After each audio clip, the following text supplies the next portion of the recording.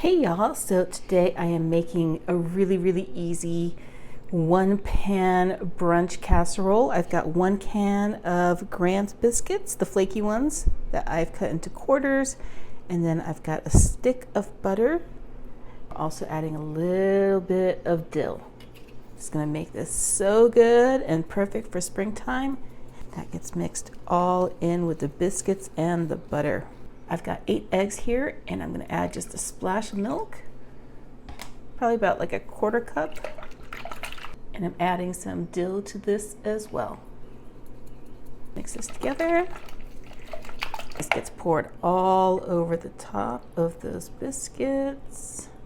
Next layer is going to be, this is 1 pound of breakfast sausage. Our next layer is going to be 2 cans of country gravy. It's 2 cups of, this is Colby Jack.